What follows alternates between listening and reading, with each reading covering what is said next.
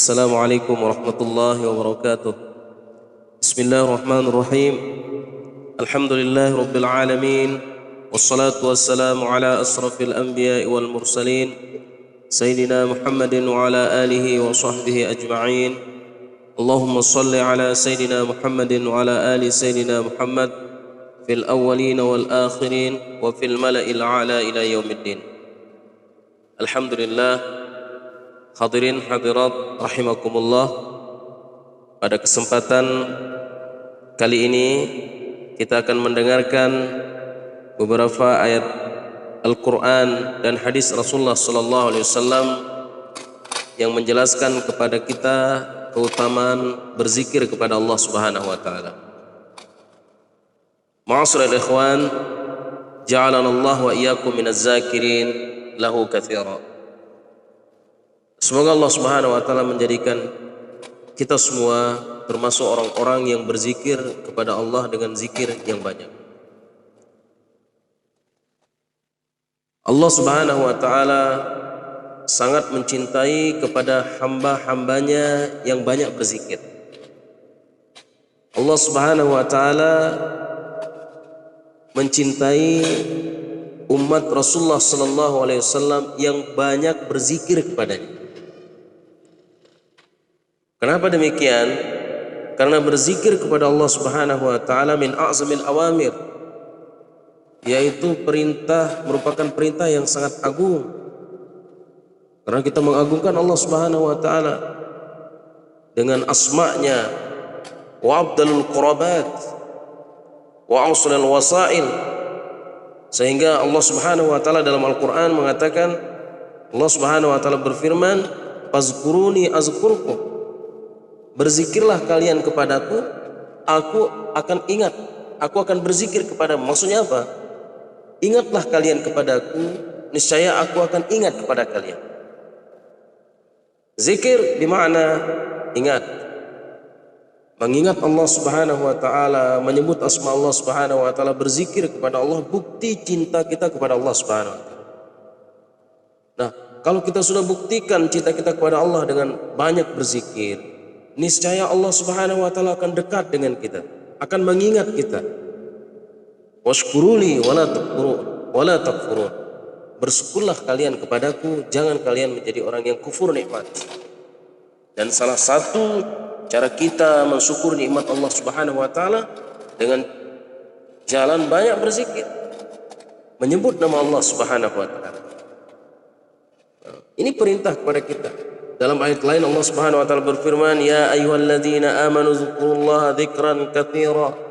Wahai orang-orang yang beriman, berzikirlah kalian kepada Allah dengan zikir yang banyak. Wasabbihuhu bukratan wa asila. Bertasbihlah kepada Allah pada waktu pagi dan petang. Perintah kepada kita.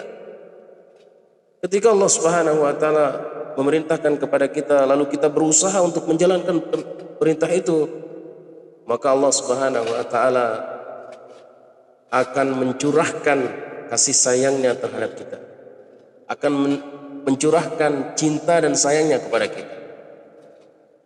Maka jangan heran ketika orang banyak berzikir kepada Allah Subhanahu wa taala, insyaallah apapun yang dia minta kepada Allah akan diberikan jalan keluar oleh Allah Subhanahu wa taala.